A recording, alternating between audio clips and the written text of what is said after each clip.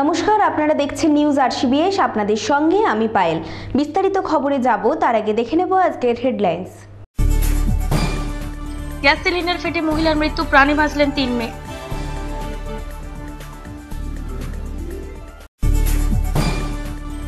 শ্লীলতাহানির অভিযোগ পটাশপুরে, এখনো গ্রেপ্তার হয়নি কেউ।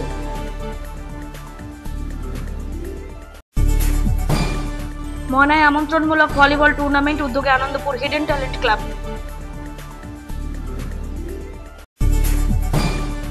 কোলাঘাটে অনুষ্ঠিত হচ্ছে সন্তোষী পুজো, উদ্যোগে আমরা কজন ক্লাব।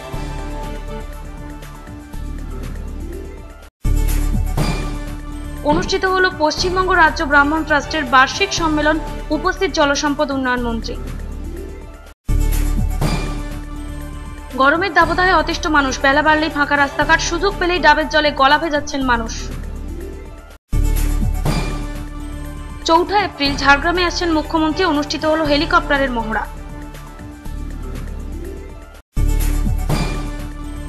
বিজেপি ছেড়ে তৃণমূলে যোগদান, পশ্চিম মেদিনীপুরে বাড়ছে তৃণমূলের শক্তি। মহিলাকে ভুলিয়ে এটিএম হাতানোর অভিযোগ, উধাও 34,000 টাকা।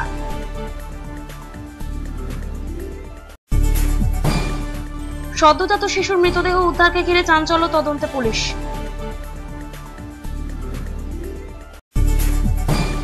পথ দুর্ঘটনায় আহত 8, ভর্তি দীঘা হাসপাতালে।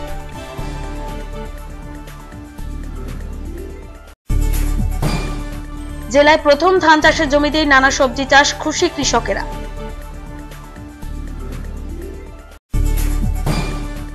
আসছে বিস্তারিত খবরে। বাড়ির গ্যাস সিলিন্ডার ফেটে এক মহিলার মৃত্যুকে ঘিরে চাঞ্চল্য এলাকায়। ঘটনাটি ঘটেছে কাঁথি থানার তেঁতুলমুড়ি গ্রামে। ঘটনাস্থলে আসেন কাঁথি থানার পুলিশ এবং দমকল, এছাড়াও আসেন সাংসদ দিব্যেন্দু অধিকারী।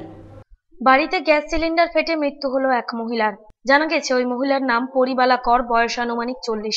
ঘটনাটি ঘটেছে কাঁথি থানার তেঁতুলমুড়ি গ্রামে। ঘটনাস্থলে আসে কাঁথি থানার পুলিশ ও দমকল, আসেন সাংসদ দিব্যেন্দু অধিকারীও। শনিবার সকালে বাড়ির সামনে কাজ করছিলেন ইন্দ্রজিৎ বাবু। তখন ঘরের ভেতর থেকে বিস্ফোরণের শব্দ শুনতে পান তিনি। গিয়ে দেখেন গ্যাস সিলিন্ডার ফেটে ঘরে আগুন লেগেছে। মেঝেতে পড়ে রয়েছে স্ত্রীর দেহ। ঘটনার সময় বাড়িতে ছিল তার 3 মেয়েও, তবে এই ঘটনায় তারা কেউ আহত হয়নি।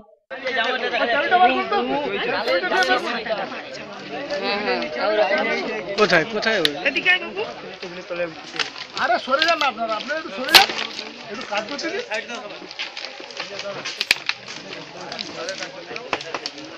দেখি ভাই, দেখি ভাই একটু এদিকে সরে যাও স্যার।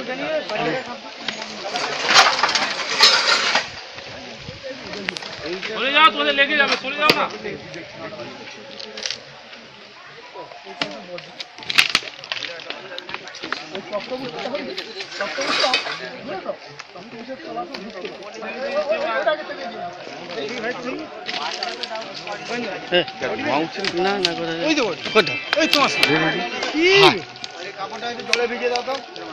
তুই কি বুঝতে পারছিস না কোনটা?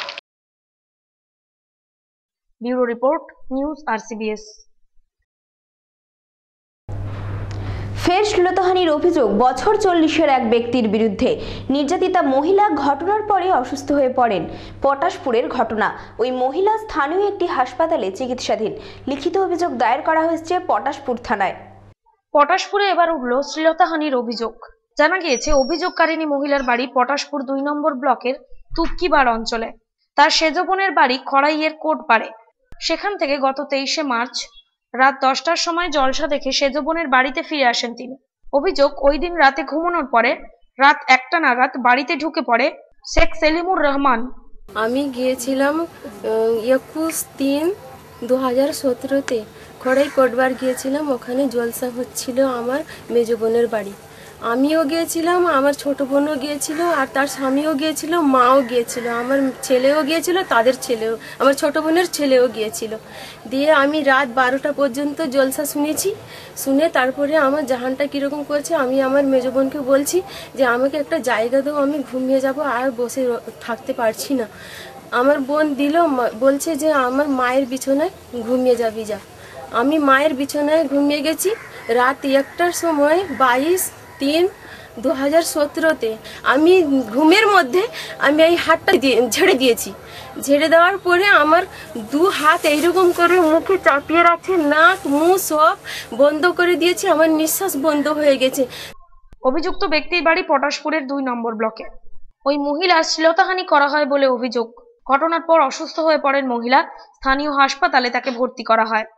থানায় জিডি করেছি। এখন আমাকে বলছে যদি কাউকে বলবি তাহলে তোর বাড়িতে ভেঙে পিছন দিক থেকে ঢুকে তোর ইজ্জত বরবাদ করে দিব।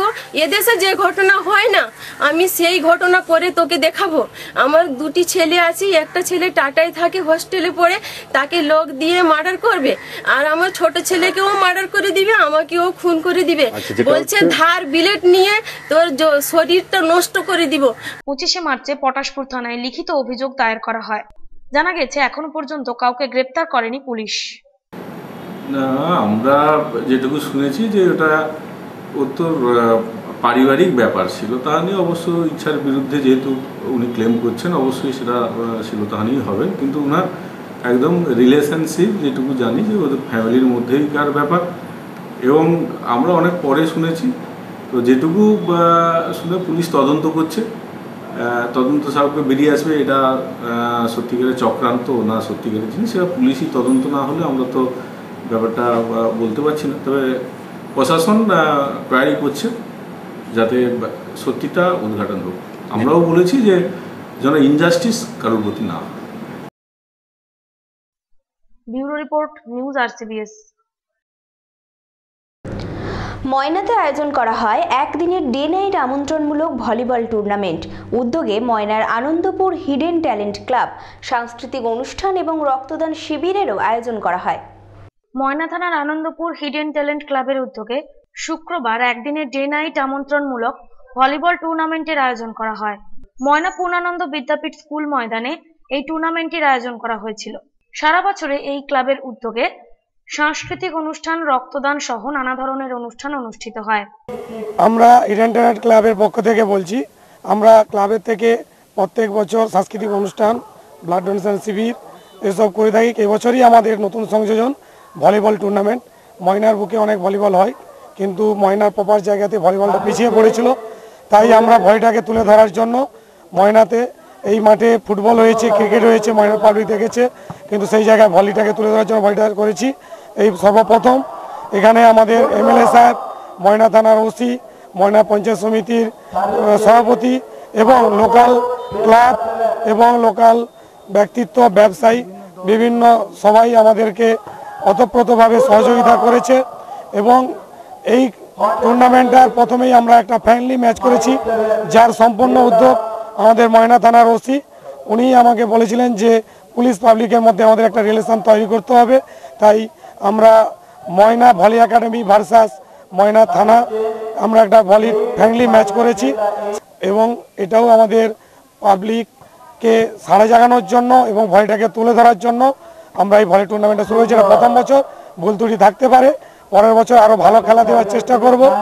এবং আমাদের এই খেলাটা ময়নার মধ্যে নয়, আমাদের মানে রাজ্যের বিভিন্ন জেলা থেকে এসেছে, যেমন আমাদের নদিয়া থেকে আছে, উত্তর চব্বিশ পরগনা থেকে আছে, বেলদা থেকে আছে, আমাদের পাশের রাজ্য উড়িষ্যা থেকে আছে, গিদিনী থেকে আছে। তবে এদের উদ্যোগে এই প্রথমবার ভলিবল প্রতিযোগিতা অনুষ্ঠিত হচ্ছে। মোট 6টি দল এই আমন্ত্রণমূলক প্রতিযোগিতায় অংশগ্রহণ করেছে। তাদের মধ্যে আবার বেশ কয়েকটি দল ভিন জেলার। খেলা দেখতে ভিড় জমান বহু মানুষ। ময়না থানার আনন্দপুর হিডেন ট্যালেন্ট ক্লাব বিভিন্ন সময় বিভিন্ন রকম সাংস্কৃতিক অনুষ্ঠান, রক্তদান শিবির করে থাকে। এবার তারা ব্রতী হয়েছে ক্রীড়ার দিকে। ভলিবল প্রতিযোগিতা একদিনের ডে নাইট প্রতিযোগিতা শুরু করেছে ময়না পূর্ণানন্দ বিদ্যাপীঠ স্কুল ময়দানে।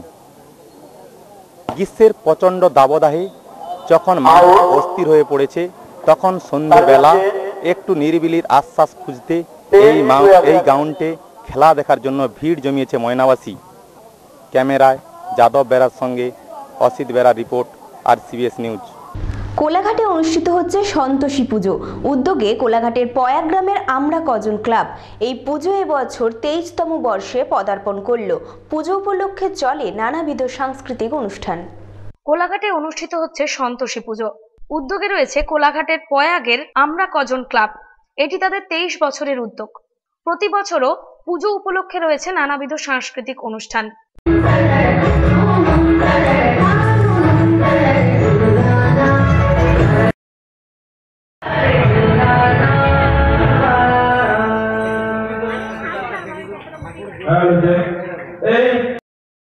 সমর্থন করবেন।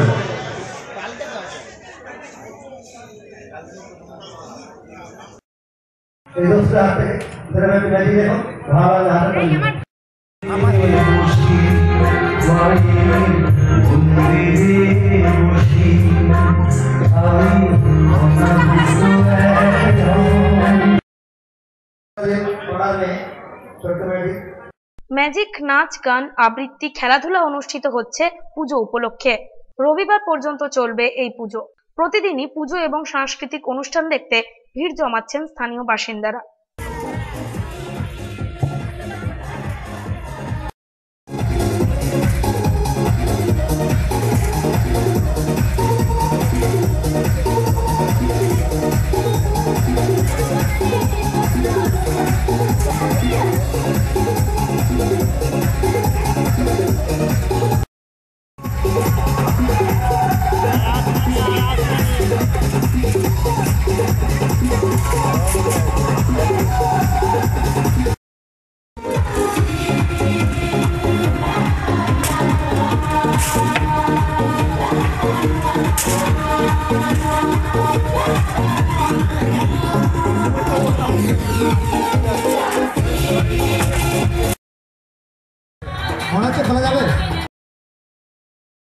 Bureau report, news RCBS।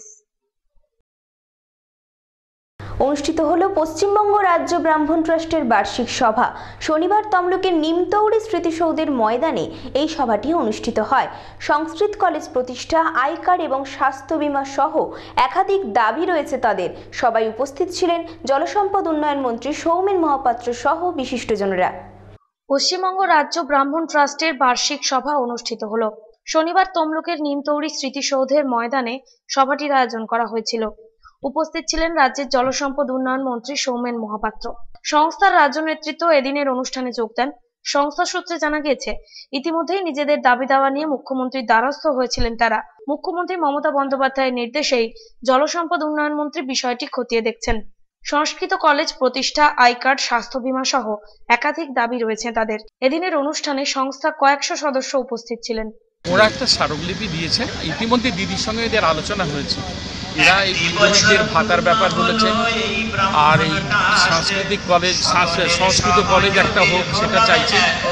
এরা চাইছে যে পুরোহিতরা এখন তো তাদের পুণ্যবৃত্তি চলবে এবং ছেলেদের পড়াশুনোর জন্য তারা অনেক কষ্টে আছে, তাদের পড়াশুনোর ক্ষেত্রে একটু বিবেচনা করা। এছাড়া এদের আইডেন্টিটি কার্ড, একটা আইডেন্টিটি কার্ডের ব্যবস্থা করা, এইভাবেই তারা বলছেন। স্বাস্থ্য বিমার কথা এরা বলেছেন, যেটা সবচেয়ে বেশি ভালো লেগেছে আমারও। আর ইতিমধ্যে দিদির সঙ্গে তাদের আলোচনা হয়েছে। দিদি আজকে আমাকে তাঁর প্রতিনিধি করে পাঠিয়েছিলেন। আর ব্যুরো রিপোর্ট, নিউজ RCBS। বিভিন্ন জেলার পাশাপাশি পূর্ব মেদিনীপুরের চৈত্রের মাঝামাঝি সূর্যের প্রচণ্ড তাপে কাবু এলাকাবাসী।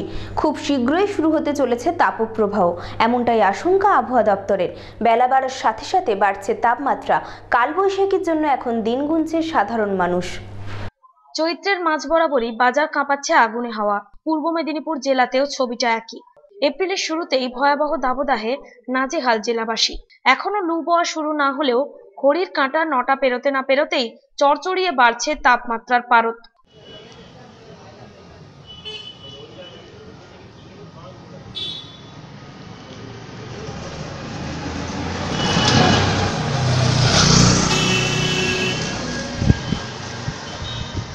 খুব শিগগিরই তাপপ্রবাহ শুরু হতে চলেছে, এমনটাই আশঙ্কা করছে আবহাওয়া দপ্তর। শহরের বিভিন্ন জায়গায় চুটিয়ে বিক্রি হচ্ছে ডাব। এক লাফে বেড়েছে আইসক্রিমের বিক্রিও। বিশেষ প্রয়োজন ছাড়া ভর দুপুরে বাড়ি থেকে বেরোতে চাইছেন না কেউই। অধিকাংশ দোকানগুলিতে ঝাঁপ ফেলা, বেশ কিছু দোকান আবার একদমই বন্ধ। বেলা বাড়ার সঙ্গে সঙ্গে বাড়ছে তাপ। রাস্তাঘাট প্রায় ফাঁকাই বলা চলে। এখন কাল বৈশাখীর আশায় দিন গুনছেন সবাই। আজকে প্রচণ্ড গরম, এমনকি দৈনন্দিন গরমের তাপমাত্রা ধীরে ধীরে বৃদ্ধি পাচ্ছে, যার জন্য রাস্তাঘাটের লোক চলাচল কম, টোটো চলাচল কম, যানবাহনও কম, জনসাধারণের অসুবিধা হচ্ছে, প্রচুর অসুবিধা হচ্ছে। 12টার পর বেরোতেই পারছি না, একেবারে সন্ধ্যা 5টার আগে বেরোনো সম্ভব হচ্ছে না, এত তাপ। দোকান বাজার কি খোলা আছে না বন্ধ? দোকান প্রায় বন্ধর মতো। Bureau report, news RCBS। আগামী 4 এপ্রিল ঝাড়গ্রামে একটি প্রশাসনিক সভায় যোগ দিতে আসছেন মাননীয় মুখ্যমন্ত্রী মমতা বন্দ্যোপাধ্যায়। তাই শেষ মুহূর্তের হেলিকপ্টার মহড়া হলো শনিবার। ওই দিনের ওই সভা থেকেই মাননীয় মুখ্যমন্ত্রী ঝাড়গ্রামকে 22তম নবজেলা রূপে ঘোষণা করবেন। একাধিক প্রকল্পের শিলান্যাস এবং একাধিক প্রশাসনিক বিল্ডিংয়েরও উদ্বোধন করবেন তিনি। আগামী 4 এপ্রিল মুখ্যমন্ত্রী মমতা বন্দ্যোপাধ্যায় ঝাড়গ্রামের প্রশাসনিক সভায় যোগ দিতে আসছেন। 3রা এপ্রিল খড়গপুরের প্রশাসনিক সভা শেষ করে সড়ক পথে ঝাড়গ্রাম আসার কথা রয়েছে। ঝাড়গ্রামের টুরিস্ট কমপ্লেক্সে রাত্রিবেলা থাকবেন তিনি। পরদিন ঝাড়গ্রাম রাজ কলেজের মাঠে প্রশাসনিক সভাতে যোগ দেবেন। সেই সভা থেকেই মাননীয় মুখ্যমন্ত্রী মমতা বন্দ্যোপাধ্যায় 22তম নবজেলা রূপে ঘোষণা করবেন ঝাড়গ্রামকে। এছাড়া রয়েছে একগুচ্ছ প্রকল্পের শিলান্যাস, একাধিক প্রশাসনিক বিল্ডিং এর উদ্বোধন। তিনি ফিরবেন আকাশপথে। তার আগে শেষ মুহূর্তের হেলিকপ্টার মহড়া হয়ে গেল শনিবার দুপুরে রাজপাড়া ফুটবল মাঠে হেলিকপ্টার মহড়া হয়। ছিলেন ADG security Sanjay Mukherjee, IG পশ্চিমাঞ্চল রাজীব কুমার মিশ্র ও হেলিপ্যাড গ্রাউন্ডে উপস্থিত ছিলেন ঝাড়গ্রামের পুলিশ সুপার অভিষেক গুপ্তা, অতিরিক্ত পুলিশ সুপার বিশ্বজিৎ মাহাতো, মহকুমা পুলিশ আধিকারিক বিবেক বর্মা এবং অন্যান্য আধিকারিকেরা। সমস্ত আধিকারিকেরা নিরাপত্তার বিষয়টি খতিয়ে দেখেন এবং নিরাপত্তা নিয়ে চলে আলোচনা।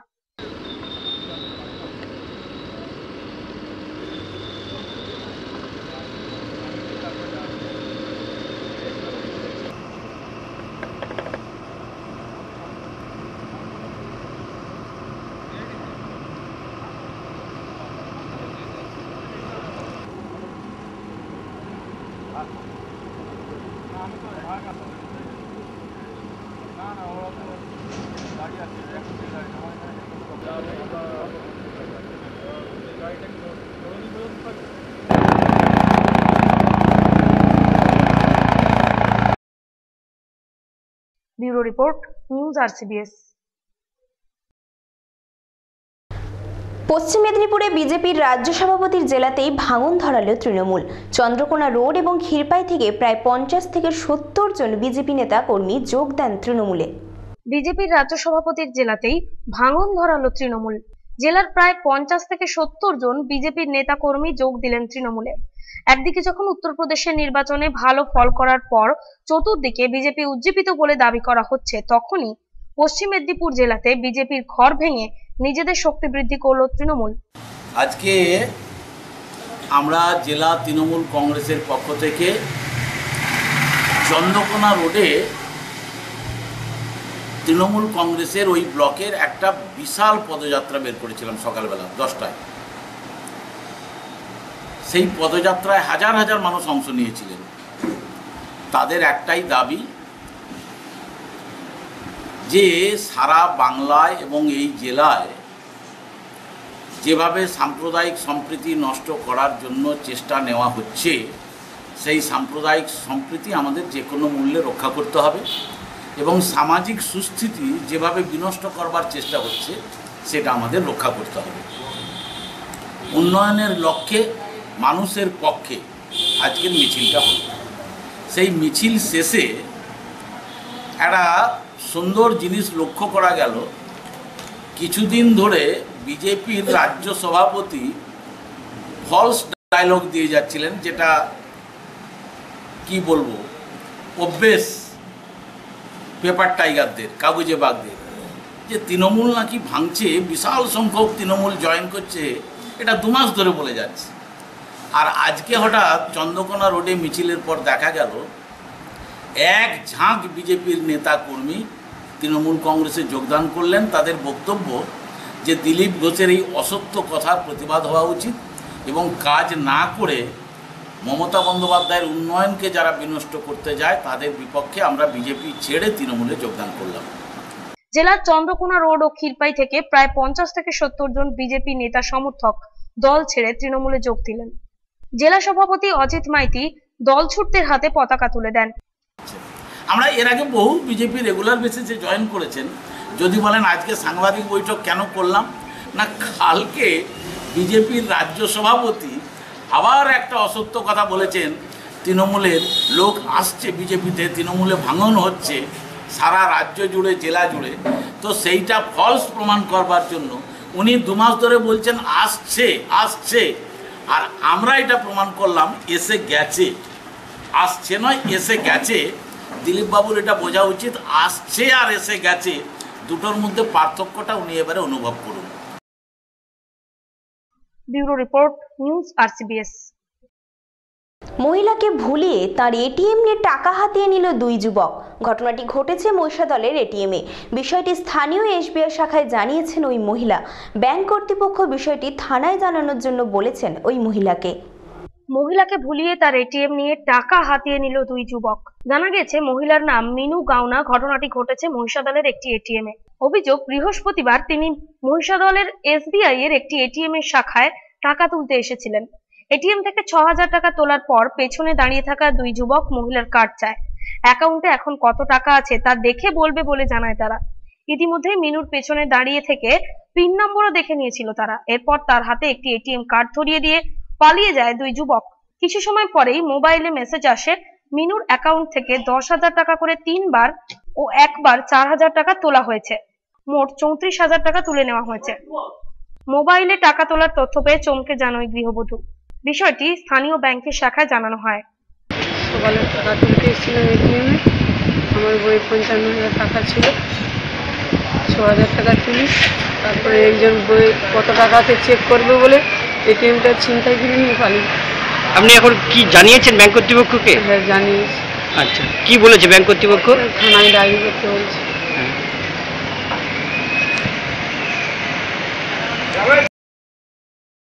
Bureau report, news RCBS। এক সদ্যজাত মৃতদেহ উদ্ধারকে কেন্দ্র করে চাঞ্চল্য পাঁশকুড়াতে। পাঁশকুড়ার একটি ক্যানেল থেকে উদ্ধার হয় ওই সদ্যজাত শিশুর দেহ। কিভাবে মৃতদেহটি ওখানে এলো তা খতিয়ে দেখছে পুলিশ। এক সদ্যজাতর মৃতদেহ উদ্ধারকে কেন্দ্র করে চাঞ্চল্য ছড়ালো পাঁশকুড়া এলাকায়। জানা গেছে শুক্রবার সকালে পাঁশকুড়ার মেদিনীপুর ক্যানেলে একটি শিশু পুত্রের মৃতদেহ পড়ে থাকতে দেখেন স্থানীয় বাসিন্দারা। খবর দেওয়া হয় পুলিশে। পুলিশ এসে মৃতদেহটি উদ্ধার করে। কিভাবে ওই মৃতদেহটি ওখানে এলো তা খতিয়ে দেখছে পুলিশ। ঘটনায় চাঞ্চল্য ছড়িয়েছে এলাকা জুড়ে। সকালবেলা রাস্তা দিয়ে যেতেছিল কিছু লোক, যা আমাদের গ্রামের লোক দেখতে পেলো একটা জলে মানে ছোট্ট শিশু বাচ্চা, এই 9 মাসের মতো, তাকে বেশি পড়ে আছে। থাকার পরে যে তখন আমাদের গ্রামের কিছু লোক বললো থানায় খবর দিতে হবে। সবাই বললো থানায় খবর দিলাম। কারো গ্রামের কারো না না না, এইখানে আমাদের গ্রামের কারো নয়, হয় কেউ মেরে ফেলে দিয়ে গেছে। হ্যাঁ, এইসব বিষয় কি মনে করছে? না, ও অন্য জায়গা থেকে, এখানে কেউ স্থানীয় নেই। তবে স্থানীয় হলে কেউ এরকম করবে না, হয়তো তাকে গেড়ে দেবে, কেউ জলে ফেলবে না। Bureau report, news RCBS।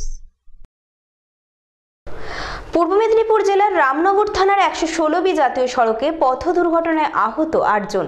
একটি লরি নিয়ন্ত্রণ হারিয়ে ওই পর্যটকদের গাড়িতে ধাক্কা মারে। ঘাতক লরির চালক পলাতক। দুর্ঘটনার জেরে সৃষ্টি হয়েছে যানজট। পথ দুর্ঘটনায় আহত 8। পূর্ব মেদিনীপুর জেলার রামনগর থানার 116B জাতীয় সড়কের ফতেপুর গ্রামের ঘটনা। জানা গিয়েছে কলকাতা থেকে 8 পর্যটক একটি ছোট গাড়িতে করে দীঘাতে বেড়াতে যাওয়ার সময় উল্টো দিক থেকে একটি লরি নিয়ন্ত্রণ হারিয়ে এসে পর্যটকদের গাড়িতে ধাক্কা মারে। ঘটনায় আহত হন গাড়িতে থাকা 8 পর্যটক। আহতদের দীঘা হাসপাতালে ভর্তি করা হয়। দুর্ঘটনার ফলে যানজটের সৃষ্টি হয় ওই সড়কে। পুলিশ এসে পরিস্থিতি নিয়ন্ত্রণে আনে। তো দীঘার পাশাপাশি এটা পর্যটন এরিয়া।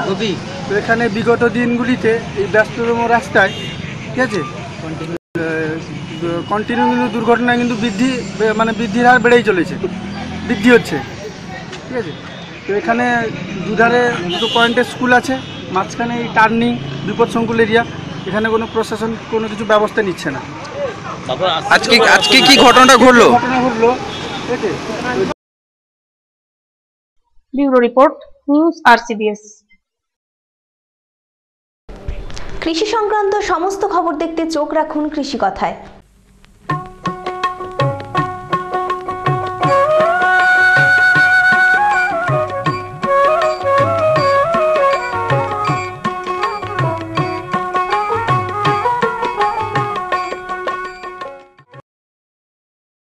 কম খরচে ধান চাষের সাথেই করা হচ্ছে সবজি চাষ।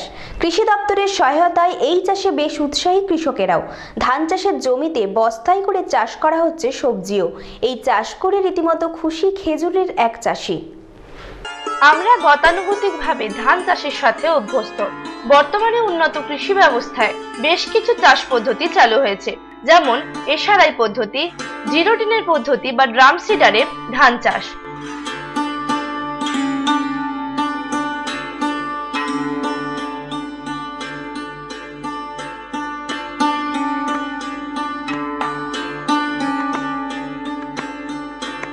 এই সমস্ত পদ্ধতিতে কম খরচে ধান চাষ, তার সাথে ধানের উৎপাদন বৃদ্ধির কথাও ভাবা হয়েছে। আমরা সবজি চাষে মিশ্র পদ্ধতির চাষবাস দেখেছি, যেমন ফুলকপির সাথে লঙ্কা, বাঁধাকপির সাথে টমেটো, আবার করলার সাথে আদা ইত্যাদি।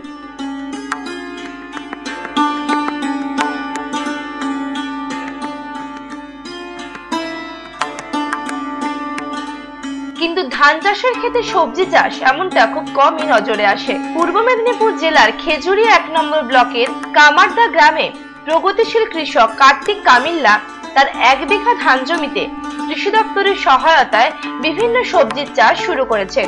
তিনি একদিকে এসআরআই পদ্ধতিতে ধান চাষ করেছেন, অন্যদিকে ক্ষেতের ফাঁকে বিভিন্ন সবজি যেমন শসা, ঢেঁড়স, উচ্ছে, লাউ, কুমড়ো প্রভৃতি গাছ লাগিয়েছেন। এটা হচ্ছে ওই সি পদ্ধতি করেছি। তা করার পরে এইভাবে ফাঁক ফাঁক জায়গা রেখেছিলাম, ওখানে বস্তা বসিয়ে বীজ দিয়ে এই লাউ আর হচ্ছে করলা আর তোমার হচ্ছে শসা, এইসব গাছ সমস্ত দিয়েছি। এখন প্রায় 4 থেকে 5 ফুট গাছ হয়ে গেছে, সমস্ত গাছে প্রায় ফুল ফল এসে গেছে। তা আশা করছি যে ভালো ফলন পাবো। এটা একেবারে নতুন চাষ তো? নতুন করে প্রথম করেছি। কেমন লাগছে এখন? এখন খুব ভালো লাগছে আমার। এটা কি করবেন আগামী দিন, কি লক্ষ্য রয়েছে আপনাদের? আমাদের এই চাষটা তো ভালো হবে মনে করছি, আশা করি হবে, এবং পরবর্তী সময় বেশি করে চাষ করব। এবং এলাকার অনেকে লোক এসে দেখে যাচ্ছে যে এইভাবে চাষ করলে আশা করি খুব ভালোই হবে। প্রথম তো কেউ তো মানে রাজি হয়নি, আমিও খুব ভালো মতো বুঝতে পারিনি এরকম হবে। হ্যাঁ, তা অতিরিক্ত বর্ষায় জল জমে গেছিলো, আমি ভেবেছিলাম যে গাছপালা হয়তো মারা যাবে বা জল যাবে, তা অথচ কিছু হয়নি, খুব ভালোই গাছ আছে এখন। খেজুরি 1 নম্বর ব্লকের এটিএম রাকেশ অধিকারী কৃষক বন্ধুকে উৎসাহ দিয়ে হাতে নাতে ধান চাষের ক্ষেত্রে সবজি চাষ করাচ্ছেন। যদিও বস্তায় এই সবজি চাষ করা হচ্ছে, ধান চাষে জল জমা থাকলে সবজির ক্ষতির সম্ভাবনা রয়েছে, তাই উঁচু জায়গায় সবজির চাষ চলছে।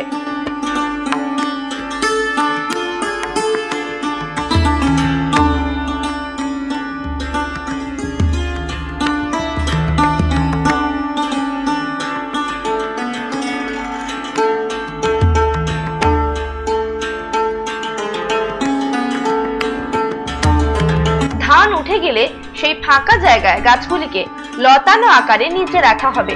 পরবর্তী সময় ওই সবজির বস্তায় আবারও সবজি বীজ রোপণ করা হবে।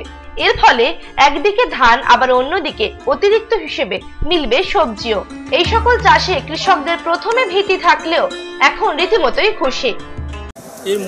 এই চাষের মূল গুরুত্ব হচ্ছে যে একই জমিতে মিশ্র চাষের মাধ্যমে কৃষকের জমিতে অধিক ফলন বাড়ানো এবং সর্বোপরি কৃষকের আয়টাকে বাড়ানোর লক্ষ্য রেখে আমরা পদক্ষেপ নিয়েছি যে শ্রী পদ্ধতির সাথে আমরা যদি অন্যান্য গ্রীষ্মকালীন যে সবজি আছে সেই সবজি ফলনটাকে একই জমিতে ধানের সাথেই আমরা যুক্ত করে চাষ করতে পারি, তাহলে ধানের সাথে সাথে সবজির উৎপাদনটাও কিন্তু আমরা ওই একই জমি থেকে একই সময়ে পেয়ে যাচ্ছি। যার ফলে দেখা যাচ্ছে যে কৃষক 1 বিঘা বা 1 একর জায়গায় যে পরিমাণ ধান উৎপাদন করত এবং শ্রী পদ্ধতি করার জন্য প্রায় 30 থেকে 35% এক্সট্রা পাচ্ছে। আবার দেখা যাচ্ছে ওই একই জমিতে বিভিন্ন ধরনের সবজি এই পদ্ধতিতে, কলাম পদ্ধতিতে করার জন্য কি হচ্ছে না, এখান থেকে কিন্তু যাদের ধসা জায়গা নেই বা ধসা জায়গা আছে সে ছাড়াও এই পদ্ধতিতে করলে তাহলে আমরা ধান এবং সবজি দুটোই কিন্তু একই সময়ে একই সাথে আমরা পেয়ে যাচ্ছি। ধান উঠে গেলে ওই জায়গায় এগুলোকে নামিয়ে দেওয়া হবে বা মাচা তৈরি করা হবে? না, ধান উঠে গেলে এগুলোকে মাচা তৈরি করব না আমরা। এগুলো কি করব না, আমরা তখন এই যে লাউ কুমড়ো এগুলো হচ্ছে মাটিতেই আমরা কিন্তু মিলে দেবো, যার ফলে আমরা দেখছি যে ধান উঠে যাওয়ার পরে ধান কাটাই এবং মাড়াই করতে যে সময় এবং পরবর্তী সময়ে আবার চাষের জন্য যখন আমি বীজতলাটা যখন রেডি করছি, সেই বীজতলাতে জাত অনুপাতে প্রায় ন্যূনতম ধরা যায় যে 1 মাস 15 দিন 1 মাস 20 দিন আমরা বীজতলায় সিড কি মানে ব্যান্ডটাকে কিন্তু বীজতলা হিসেবেই রেখে দিই। তাহলে এই 1 মাস 20 বা 1.5 মাস এবং কাটাই মাড়াইয়ের যে সময়, সেই সময় কিন্তু এই গাছগুলো পুরো ফল ফুল দেওয়ার উপযুক্ত অবস্থায় চলে আসছে। তাহলে ওই যে এক সময় পাচ্ছি হাতে 2 থেকে 3 মাস, তখন কিন্তু আমি পুরো ফল তুলে নিচ্ছি। তারপরে যখন জমি আবার লাঙল দিচ্ছি, ওই কলাম যে বস্তাগুলো ওগুলো কিন্তু রয়েই যাচ্ছে, আমি ওগুলো ছেড়ে বাকি জায়গাটা জমিটা লাঙল দেবো। আবার পরবর্তী সেশনে এইভাবে একবার যদি এই বস্তাগুলো আমি যেভাবে বসিয়েছি ঋণী, এইভাবে যদি আমরা নিতে পারি কন্টিনিউ একটা বস্তা থেকে আমরা 3 থেকে 4 বছর রোটেশন ওয়াইজ আমরা কিন্তু ফলন তুলতে পারবো। প্রসূন ব্যানার্জির রিপোর্ট, নিউজ আরসিবিএস।